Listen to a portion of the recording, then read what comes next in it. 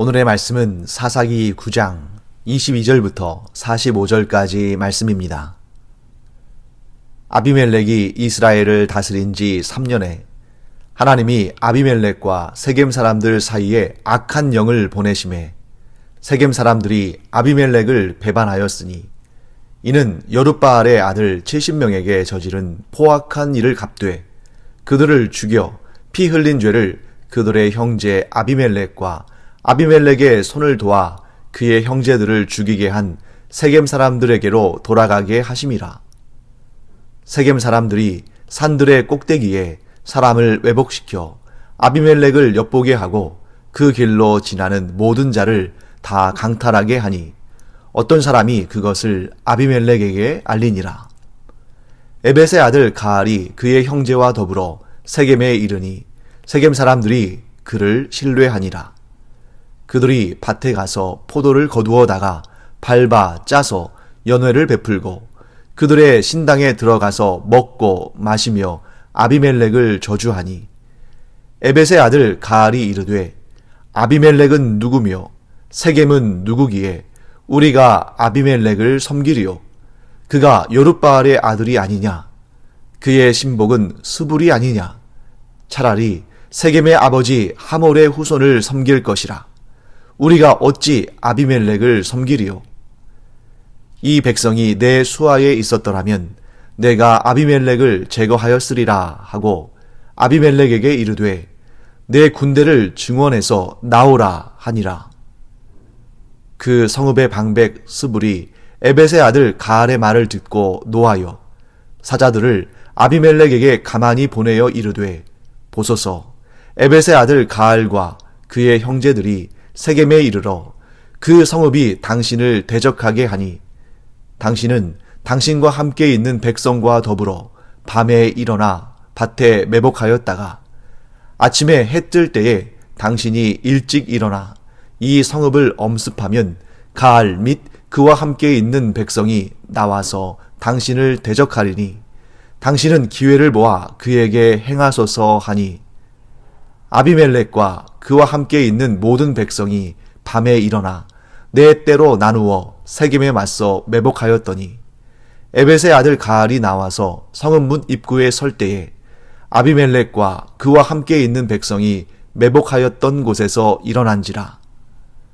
가알이 그 백성을 보고 스불에게 이르되 보라 백성이 산 꼭대기에서부터 내려오는도다 하니 스불이 그에게 이르되 내가 산 그림자를 사람으로 보았느니라 하는지라. 가알이 다시 말하여 이르되 보라 백성이 밭 가운데를 따라 내려오고 한때는 무오느님 상수리 나무 길을 따라 오는도다 하니 스불이 그에게 이르되 내가 전에 말하기를 아비멜렉이 누구이기에 우리가 그를 섬기리오 하던 그 입이 이제 어디 있느냐. 이들이 내가 업신여기던 그 백성이 아니냐. 청하노니 이제 나가서 그들과 싸우라 하니 가알이 세겜 사람들보다 앞에 서서 나가 아비멜렉과 싸우다가 아비멜렉이 그를 추격하니 그 앞에서 도망하였고 부상하여 엎드러진 자가 많아 성문 입구까지 이르렀더라. 아비멜렉은 아루마에 거주하고 스불은 가알과 그의 형제들을 쫓아내어 세겜에 거주하지 못하게 하더니 이튿날 백성이 밭으로 나오매 사람들이 그것을 아비멜렉에게 알리니라. 아비멜렉이 자기 백성을 세 무리로 나누어 밭에 매복시켰더니 백성이 성에서 나오는 것을 보고 일어나 그들을 치되 아비멜렉과 그 떼는 돌격하여 성문 입구에 서고 두 무리는 밭에 있는 자들에게 돌격하여 그들을 죽이니 아비멜렉이 그날 종일토록 그 성을 쳐서 마침내는 점령하고 거기 있는 백성을 죽이며 그 성을 헐고 소금을 뿌리니라. 아비멜렉이 이스라엘의 왕이 된 지 3년이 지났습니다. 3년은 짧다면 짧은 시간이지만 또 길다면 긴 시간입니다. 특히 이런 아비멜렉과 같은 악한 자가 왕으로 3년을 있었다면 그것은 백성들에게는 굉장히 긴 시간일 수 있습니다. 특히 요담과 같이 그의 악행으로 인해서 굉장히 고통을 받은 그러한 요담과 같은 상황이라면 이 3년이 얼마나 길게 느껴지겠습니까? 이 요담의 마음을 한번 상상해 보실까요? 분명히 요담은 아비멜렉에게 그리고 또 세겜 사람들에게 3년 전에 이렇게 외쳤습니다. 아비멜렉과 세겜이 힘을 합쳐서 기드온 곧 여룻바알의 아들들을 다 죽이고 이제 나 한 사람 남았는데 이것을 하나님께서 분명히 아시고 반드시 응징하실 것이다. 하나님께서 가만 놔두지 않으실 것이다. 너희가 선을 행하지 아니하고 악을 행했으니 너희가 힘을 합쳐 악을 행했으니 하나님께서 너희가 서로에게 즉 아비멜렉은 세겜 사람들에게 세겜 사람들은 아비멜렉에게 불과 같이 될 것이다. 곧 화가 될 것이다. 라고 요담은 저주를 했습니다. 요담은 분명히 확실하게 공의의 하나님, 신실하신 하나님을 믿고 그와 같이 외쳤습니다. 그런데 하루가 지나고 이틀이 지나고 한 달이 지나고 두 달이 지나고 1년이 지나고 2년이 지나는데도 여전히 아비멜렉은 이스라엘의 왕으로 떵떵거리며 통치하고 세겜 사람들은 자신들이 추대한 사람이 이스라엘의 왕이 되었다고 거들먹거리는 그런 모습은 계속되고 있죠. 아니, 날이 지날수록 더 자신들이 마치 이스라엘의 모든 권력을 쥔 것처럼 또 하나님이 그들과 함께 하셔서 그들을 형통하게 하신 것처럼 그렇게 기고만장하게 살고 있지 않겠습니까? 그런 모습을 보면서 요담의 마음이 얼마나 괴로웠을까. 분명히 신실하신 하나님, 공의의 하나님을 믿지만 그런데 여전히 하나님께서 그들을 향해서 징계하지 않으시고 징벌하지 않으시고 그들을 내버려 두시는 것 같이 보일 때에 요담의 마음은 결코 편안하지 않았을 것입니다. 굉장히 힘들었겠죠. 자, 우리의 삶 가운데서도 이런 일이 얼마나 많이 일어나는가. 보통 우리는 내가 누군가를 힘들게 한 것은 생각 잘 안 하고 누가 우리를 힘들게 하고 고통스럽게 하고 부당한 일을 한 것에 대해서는 오래 기억하잖아요. 그렇기 때문에 우리의 삶 가운데서도 때로는 내가 부당한 일을 당했을 때, 내가 억울한 일을 당했을 때 왜 하나님께서는 즉각적으로 저들의 악에 대해서 저들의 죄에 대해서 징계하지 않으시고 징벌하지 않으시고 그냥 놔두시는가? 하나님의 심판의 손길이 바로 임하면 좋을 것 같은데 왜 그렇게 하지 않으실까? 그런 억울한 마음, 그런 좀 불편한 마음을 가질 수가 있습니다. 그러다 보면 이런 억울함을 느끼는 단계를 지나고 보면 어느 순간에 자포자기하기가 쉽고 또 어느 순간에는 하나님의 공의와 하나님의 신실하심을 기대하지 않는 그러한 상태가 될 수도 있습니다. 그렇게 되면 영적으로 무기력해지죠. 삶의 기쁨과 힘도 생기지 않을 것입니다. 그때 우리는 결코 잊어서는 안 되는 중요한 사실을 깨달아야 됩니다.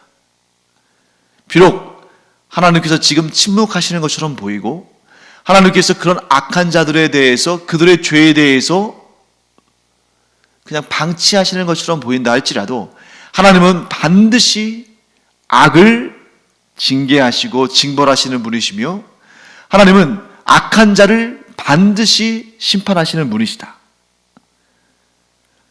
그렇기 때문에 우리는 너무 쉽게 하나님에 대해서 하나님께서 그들을 왜 그냥 가만 놔두시나 하는 그런 생각으로 하나님에 대해서 판단해서는 안 됩니다. 하나님은 반드시 죄에 대해서 대가를 물으시는 그러한 공의의 하나님이시고 반드시 잊지 않고 기억하시며 징계하시는 분이시다. 오히려 우리가 하나님에 대한 이런 확고한 지식, 확실한 지식을 갖는다면 우리가 이 악인들에 대해서 또 죄인들에 대해서 이런 악과 죄에 대해서 우리가 쉽게 생각할 수가 없다는 거죠. 왜냐하면 물론 우리보다 훨씬 더 악하고 훨씬 더 죄를 많이 짓는 사람들도 있습니다만 그렇다고 해서 그들의 비교해서 그들과 대조했을 때 상대적으로 우리가 죄가 좀 없고 죄가 좀 작고 죄를 자주 저지르지 않고 하는 그런 차이만 있을 뿐 우리도 하나님 앞에서 죄와 허물이 있는 존재라는 것을 잊으면 안 된다는 것입니다. 그렇기 때문에 우리는 이런 죄와 악에 대해서 두 가지의 관점을 가지고 있어야 됩니다.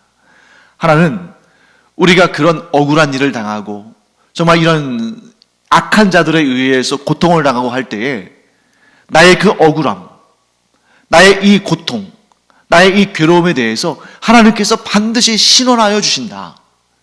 하나님께서 반드시 죄와 허물에 대해서 그들의 잘못에 대해서 반드시 하나님께서 바로잡으시거나 혹은 그들이 돌이키지 않는다면 반드시 징벌하시는 날이 있다. 이런 생각을 가지고 우리가 하나님을 향해서 실망해서는 안 됩니다. 하나님을 향한 기대를 거두어서는 안 됩니다. 그리고 두 번째, 다른 사람의 죄와 다른 사람의 악만 바라볼 것이 아니라 내 자신 안에 하나님 앞에서 범죄하고 있는 일은 있지 않은지, 하나님께서 기뻐하지 않으시는 일을 내가 행하고 있지 않은지 내 자신을 또한 돌아볼 수 있어야 한다는 것입니다.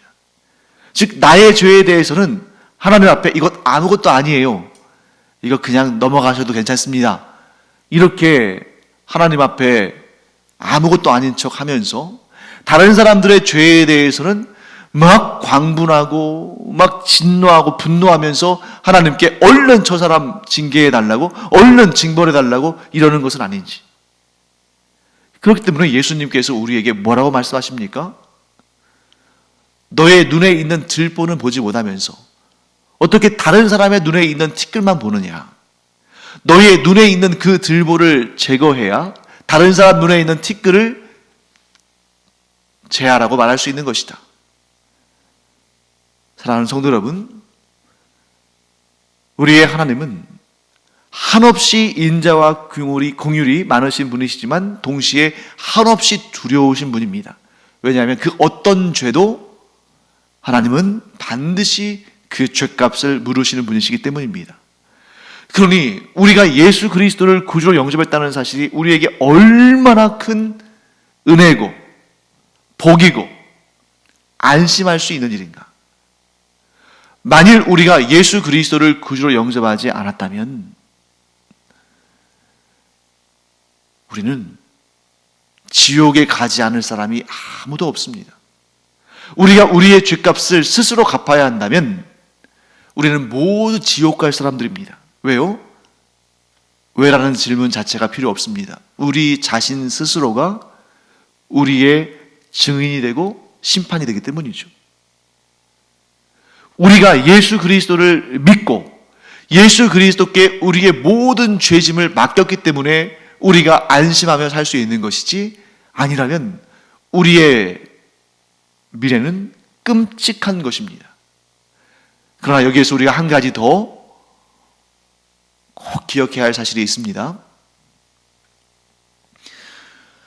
예수님께서 우리의 죄값을 대신 갚으시고 십자가상에서 돌아가심으로 우리를 의롭다 하셨기 때문에 우리는 천국 갑니다. 하지만 우리가 천국 갈 자격과 그런 은혜를 얻기는 했지만 이 땅에서 우리가 예수 믿고 나서 지은 이 죄들이 또 있잖아요.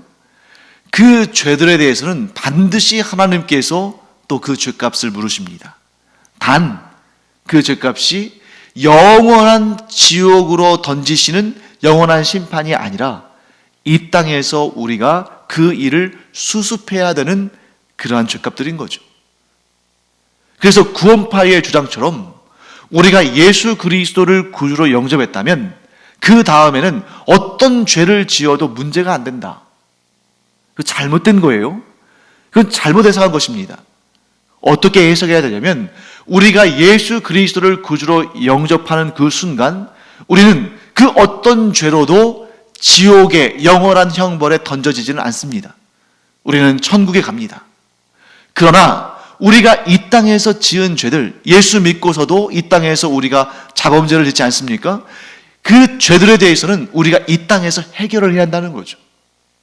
하나님께서는 우리가 예수 믿고 나서 이 땅에서 죄를 짓는 것을 기뻐하지 않으십니다. 그렇기 때문에 그 죄에 대해서는 우리가 하나님 앞에 회개해야 되고 또 그 죄를 저지른 그 대상에 대해서도 용서를 구해야 되고 그 죄값을 어떤 모양이든 받습니다. 단 우리가 철저하게 회개하고 하나님 앞에 긍휼을 구할 때 하나님께서 그 징벌을 작게 하시는 것이지 하나님은 공의의 하나님이시기 때문에 어떤 죄악도 기뻐하지 않으시고 반드시 그 대가를 물으신다. 그래서 우리가 죄짓지 말고 살아야 되는 것입니다. 우리가 예수 믿고 나서는 천국 갈 그러한 자격을 얻었지만 그러나 이 세상에서의 죄는 또 이 세상에서 우리가 감당해야 되는 그런 부분인 것이죠. 사랑하는 성도 여러분, 그래서 우리는 예수 믿고 나서도 여전히 죄를 멀리하고 여전히 죄를 싫어하고 여전히 의로운 삶을 살고 여전히 하나님 앞으로 더 죄를 사하시는 하나님, 용서하시는 하나님께로 더 간절히 나아가야 되는 것입니다. 그러면 하나님께서 우리의 그 모습을 보시고 우리를 용서하시고 우리가 갚아야 할 그 죄값을 작게 하심으로 제일 좋은 것은 뭐예요? 우리가 하나님 앞에 회개하고 우리의 일로 말미암아 상처를 입고 고통을 받은 자에게 사과하고 그로 인해서 서로 화해하고 그래서 더 무서운 일들, 더 끔찍한 일들을 경험하지 않고 잘 마무리되는 것이 가장 좋은 것입니다.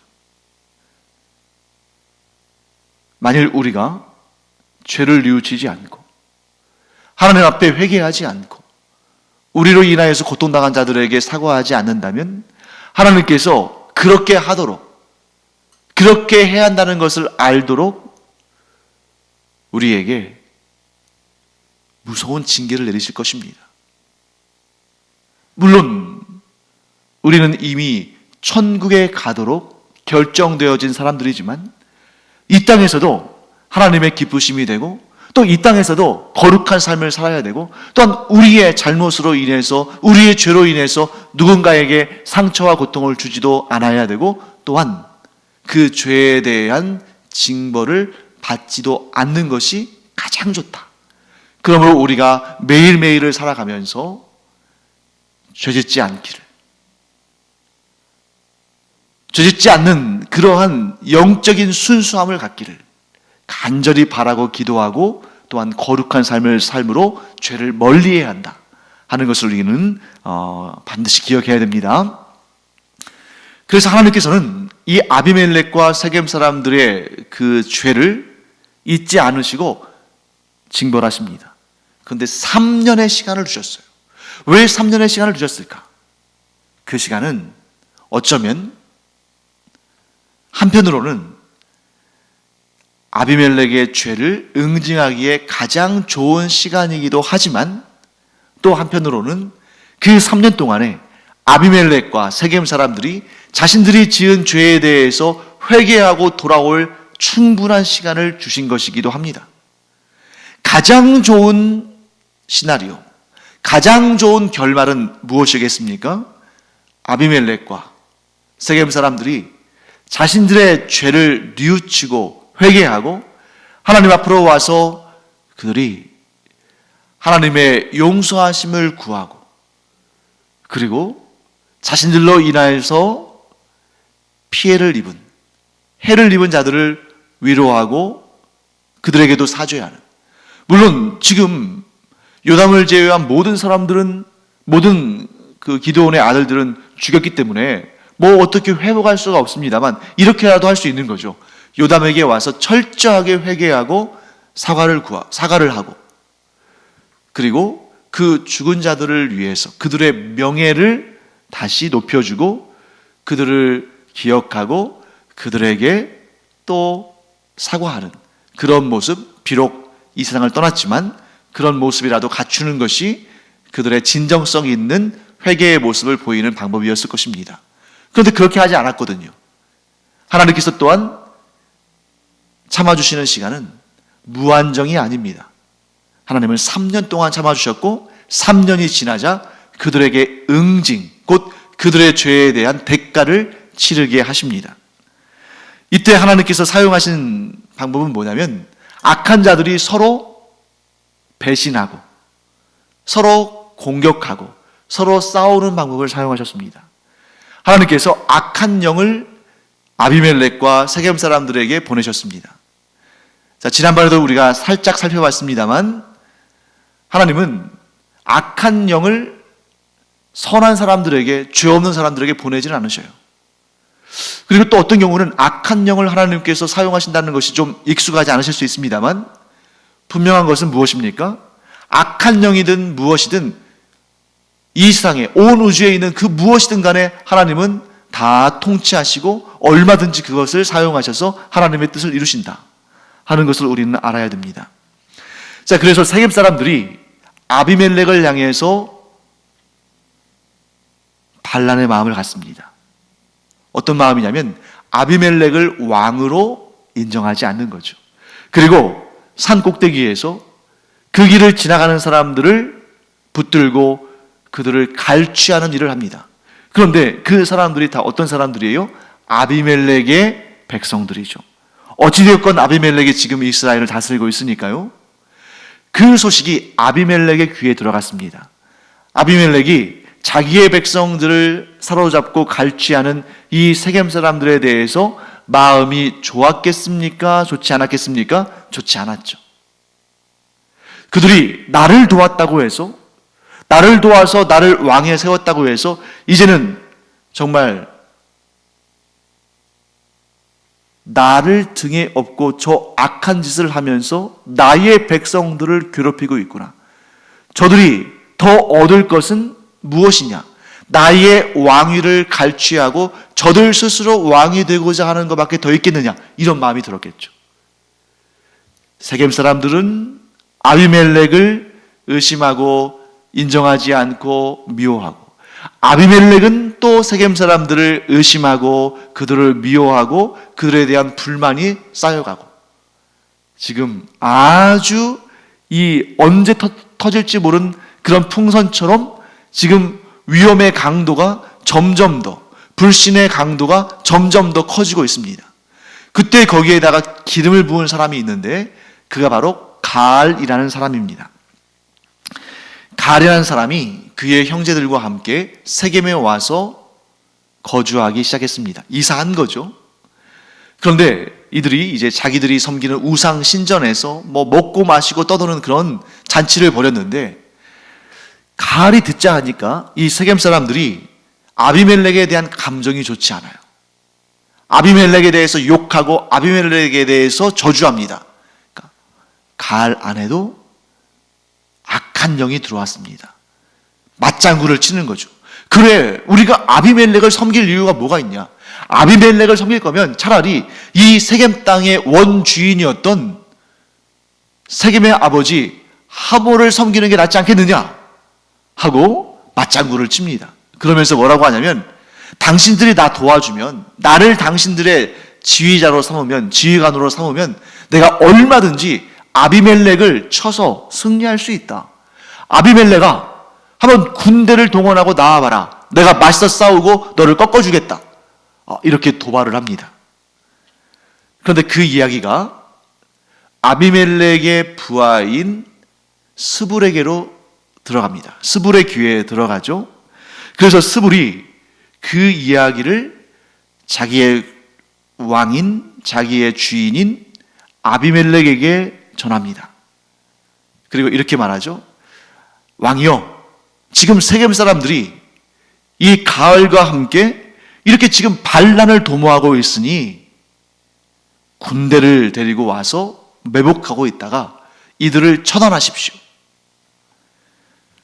그래서 아비멜렉이 군대를 동원하고 와서 가알과 세겜 사람들을 처단하려고 합니다. 그런데 마침 그때 스불은 자기가 아비멜렉의 편이라는 것을 감추고 가알 곁에 있었습니다. 그런데 가알이 저 산 쪽을 바라보니까 그 산에서부터 사람들이, 군사들이죠, 내려오는데 아주 새까맣게 내려오는 거죠. 그러니까 이 가알이 놀라서 이게 무슨 일이지? 왜 군사들이 이렇게 시커멓게 내려오고 있죠? 스불이 말합니다. 당신이 잘못 본 것입니다. 그것은 산 그림자가, 그러니까 햇빛이 이렇게 비추면서 산 그림자가 지면서 그림자가 새까맣게 이렇게 점점 내려오는 거지 사람들 모습 아닙니다. 그런데 가알이 보니까 저기에서 이제는 아주 저 앞에 밭 사이로, 상수리 나무 사이로 막 사람들이 몰려오는 게 보이는 것입니다. 아니, 저게 그림자가 아니라 정말 사람입니다. 그때 스불이 가알에게 말하죠. 당신이 예전에 아비멜렉 내가 충분히 처단할 수 있다 라고 말하던 그 호기가 어디 있습니까? 이제 세겜 사람들을 동원하고 나가서 아비멜렉과 대적하여 싸우십시오. 가알이 그 말을 듣고 세겜 사람들과 함께 싸우러 나갑니다. 결과는 뻔하죠. 아비멜렉이 승리하고 가알은 세겜 땅에 더 이상 거주하지 못하도록 쫓겨납니다. 그런데 거기에서 이야기가 끝나지 않습니다. 도망쳤던 세겜 사람들이 전열을 정비한 다음에 다시 아비멜렉과 싸우러 나갈 준비를 합니다. 그 사실 역시 스불이 미리 알고 아비멜렉에게 그 정보를 전합니다. 그래서 아비멜렉이 이번에도 세겜성 근처에서 자기의 군사들을 매복시켜 놨다가 세겜 사람들이 나올 때에 그들을 급습해서 그들을 죽이고 세겜섬을 정령하고 그 성을 어떻게 했습니까? 파괴하고 저주의 의미로 소금을 뿌려버렸습니다. 결국 누가 이긴 것입니까? 아비멜렉이 이겼죠. 하지만 하나님의 역사는 여기에서 끝나지 않겠죠. 왜? 하나님께서는 악인을 통해 징벌하심으로 악인이 악인을 처단했지만 그 처단하는 데 쓰임받은 이 악인도 그도 역시 악인이기 때문에 하나님의 징벌을 받습니다. 그런데 왜 하나님께서 아비멜렉으로 하여금 세겜을 이기게 하셨는가? 둘을 달아보셨을 것 같아요. 아비멜렉과 세겜 중에 누가 더 악합니까? 아비멜렉이 더 악하죠. 우리 이런 말이 있죠. 주인공은 마지막에 나온다고. 그런데 이런 일에는 주인공이 되지 않는 것이 좋은데, 하나님의 심판의 회초리가 누구에게로 향합니까? 이 모든 악한 일의 출발점인 아비멜렉으로 향합니다. 그래서 그는 가장 치욕스러운 방법으로 죽임을 당할 텐데, 이제 그 내용이 다음 시간에 펼쳐지겠죠. 사랑하는 성도 여러분, 악한 자들 사이에는 승자가 없습니다. 아비멜렉이 세겜 사람들을 꺾었다고 해서 아비멜렉이 승자가 된 것이 아닙니다. 그의 치욕스러운 패배가 남아있을 뿐입니다. 하나님은 반드시 악에 대해서 징벌하신다. 사랑하는 성도 여러분, 간절히 축복합니다. 우리가 하나님 앞에 악인이 아니라 의인임을 믿고 우리가 더욱더 의로운 일들을 행하기를 간절히 축원합니다. 우리 앞에 있는 악인들 불쌍히 여기기를 바랍니다. 악인들이 뉘우치고 돌이켜서 하나님 앞에 회개하고 그들도 구원받기를 우리가 바라기를 원합니다. 또한 그들이 우리를 괴롭혔지만 그러나 그들이 회개함으로 말미암아 우리에게 와서 내가 잘못했습니다. 그때는 내가 하나님을 알지 못해서 그것이 악인지도 모르고 당신에게 이러한 죄를 저질렀습니다. 회개하니까, 사과하니까 부디 저의 사과를 받아주시고 용서해 주십시오. 그렇게 모든 일들이 은혜롭게 되어지는, 그가 회개하고 구원받고 나에게 사과하고 그래서 관계가 회복되어지는 그런 은혜를 누리는 우리가 되기를 간절히 축원합니다. 더불어 가장 좋은 것은 우리가 회개할 것 없는 그런 의로운 자의 삶을 사는 것. 성령께서 우리와 함께 하셔서 우리가 무엇이 악하고 무엇이 선한 것인지를 분명히 구분하고, 악한 일은 근처에도 가지 않고 마음에 품지 않고 선한 일을 도모하고 하나님을 기쁘시게 하고 사람들을 복되게 하는 그런 삶을 사는 우리 모두가 되기를 간절히 축원합니다. 기도하겠습니다. 하나님 감사합니다. 오늘 이 말씀을 통해서 저희가 진정 복 있는 사람의 삶이 어떠한 것인지를 알게 됩니다. 악인이 악인과 싸우는 것이야말로 가장 최악입니다. 그러나 저희는 의롭고 선한 자가 되어서 하나님 앞에 죄짓지 아니하고 사람들 앞에서도 죄를 짓지 않는 그런 거룩한 자로 삶으로 하나님의 기쁨심이 되고 하나님께서 주시는 은혜와 상과 복을 넘치도록 받는 저희들 되게 하여 주시옵소서. 감사드리며 예수님의 이름으로 축복하며 기도합니다. 아멘. 우리 거룩한 사람들, 의로운 사람들, 선한 사람들, 그래서 하나님께 칭찬받고 사람들에게 칭찬받는 그러한 사람들 되기를 바랍니다. 기도하겠습니다.